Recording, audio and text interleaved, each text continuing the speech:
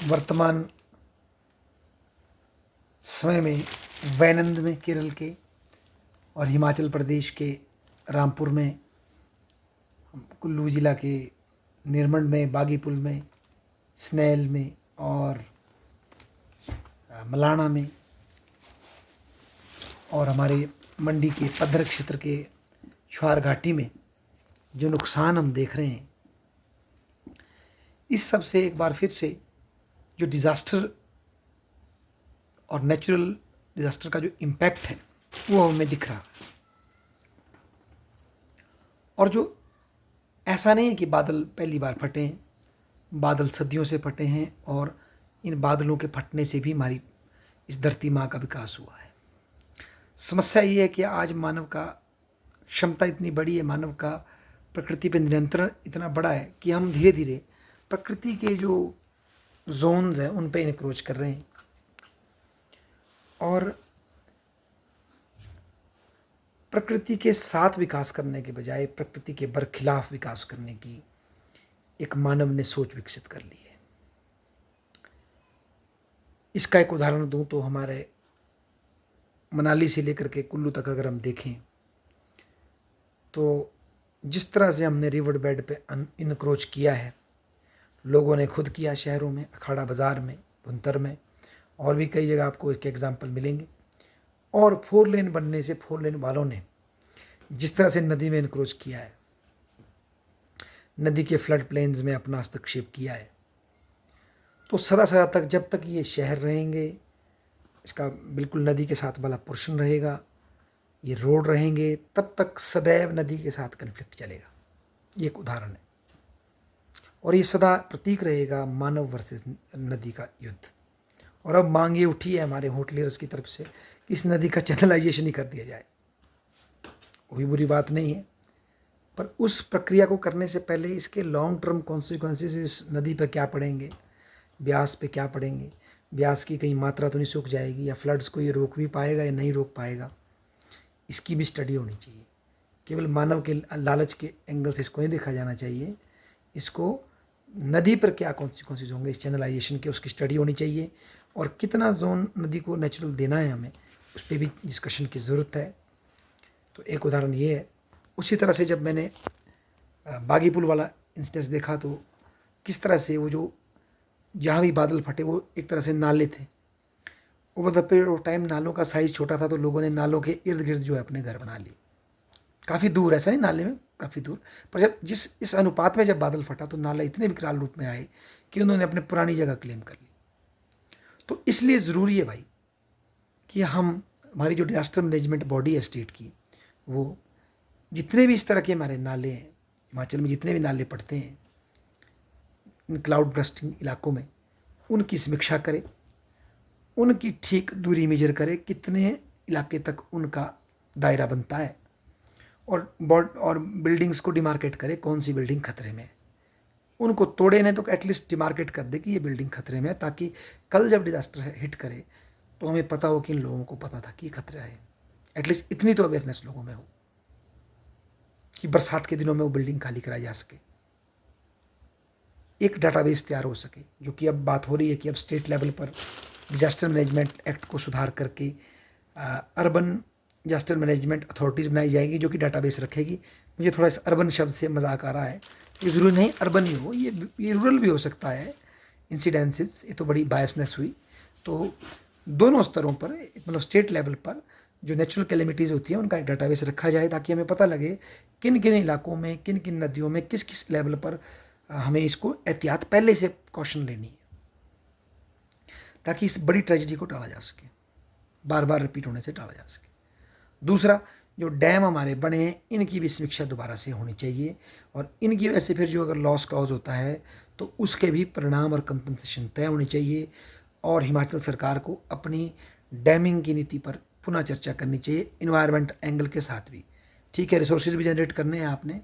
पर इसकी long term consequences क्या हो रहे हैं इस पर एक रिपोर्ट और पत्र तो पेश करना चाहिए। केवल इसका मीठा मीठा गप करने से बात नहीं चलेगी, या लाडा का पैसा ले लिया और विकास कर दिया, उससे काम नहीं चलेगा, यहाँ पहाड़ी बैठ जाएंगे। हाल ही में कुछ दिन पहले ही, अभी इस डिजास्टर से पहले, किन्नौर में एक और अंडर हिल प्रोजेक्ट सैंक्शन हो चुका है, जिसमें कि नदी को पहाड़ में सुराख करके उसके अंदर से डालकर बिजली बनाई जाएगी। तो इन सब की जियोलॉजिकल सर्वे के द्वारा, जियोलॉजिकल एक्सपर्ट्स के द्वारा इन प्रोजेक्टों की एक निष्पक्ष जांच तो होनी चाहिए, ताकि हम इनकी लॉन्ग टर्म सस्टेनेबिलिटी को देख सकें। और हिमाचल में इतनी नदियाँ बगती हैं हमारी, चंद्राभागा हो गई, ब्यास हो गई, राबी हो गई, अपनी पल्ली तरफ तौंस हो गई, पब्बर हो गई, इतनी बड़ी नदियाँ बहती हैं हमारी, सतलुज हो गई। तो इनके इकोलॉजी की स्टडी नहीं होनी चाहिए, इनके ऊपर कोई स्टडी और कोई कमीशन बन के टाइम टू टाइम इन पर जो इम्पैक्ट मानव कर रहा है कोई स्टडी हो, ताकि एटलीस्ट समाज सेंसिटाइज तो हो इन इश्यूज़ पे, अवेयरनेस तो आए हमें।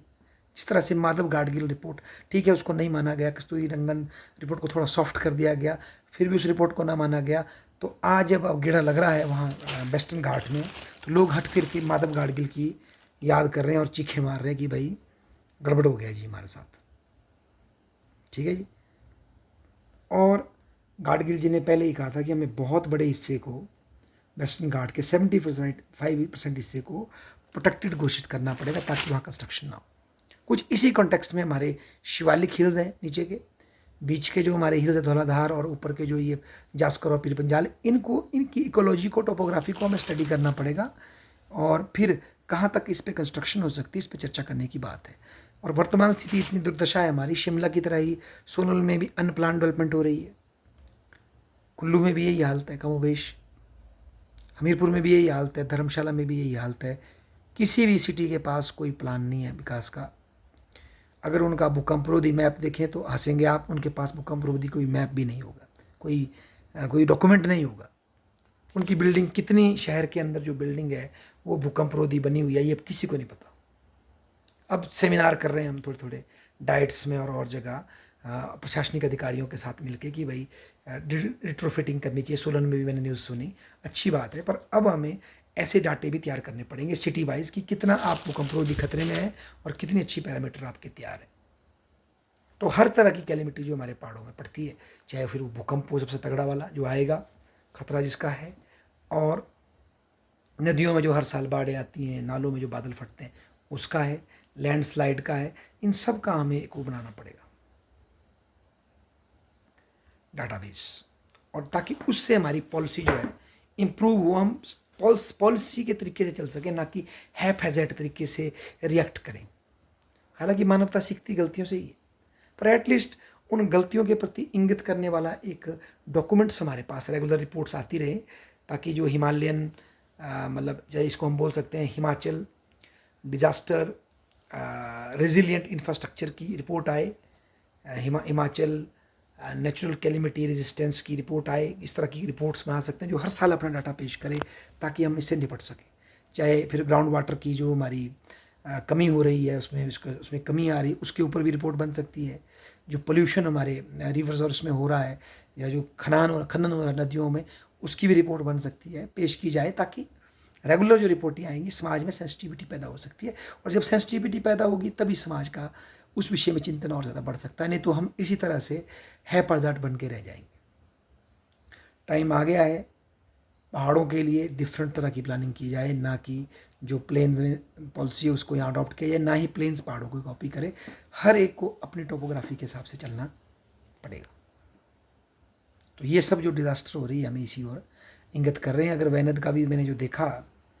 तो वो बेसिकली जो ऊपर से जब पहाड़ में एक्सेस बारिश हुई क्लाइमेट चेंज के कारण, तो जो मक ऊपर से आया वो इतने फ्लो से आया कि उसने अपने आसपास जहाँ भी लोगों ने नाले में इंक्रोचमेंट की थी या उसके पास उनके खेत थे वो सब बह गए, और जहाँ भी लोगों ने सूखे हुए नाले पे अपने घर बना दिए वो सब डूब गए।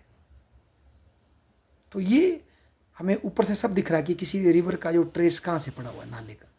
उस इलाके में कंस्ट्रक्शन बिल्कुल ना हो, नहीं तो उसकी कॉस्ट हमें देनी पड़ेगी। और अभी भी गवर्नमेंट्स कोई हार्डकोर पॉलिसी लाने से बच रही हैं, पर एटलीस्ट चलो अब डाटा कलेक्शन की बात गवर्नमेंट कर रही है नेशनल डिजास्टर मैनेजमेंट एक्ट में सुधार करके, ये भी एटलीस्ट एक मतलब इनिशियल स्टेप हो सकता है। और भगवान के लिए हम वक्त आ गया कि ब्यूरोक्रेसी के हाथ से इसको छुड़ा करके जो स्पेशलिस्ट हैं उनके हाथ में इसको दें, और उनकी रिपोर्ट्स पब्लिश हों। चाहे कोई करना चाहता है काम नहीं करना चाहता कोई बात नहीं, पर रिपोर्ट्स उनकी पब्लिश हो, एटलीस्ट समाज उससे सेंसिटाइज हो, पर इसको फिर से अगर डीसी और ईडीसी के कंधों पे छोड़ देंगे, आप ब्यूरोक्रेसी के कंधों पे छोड़ देंगे, तो फिर से हम मुक्की खाएंगे इसमें। धन्यवाद।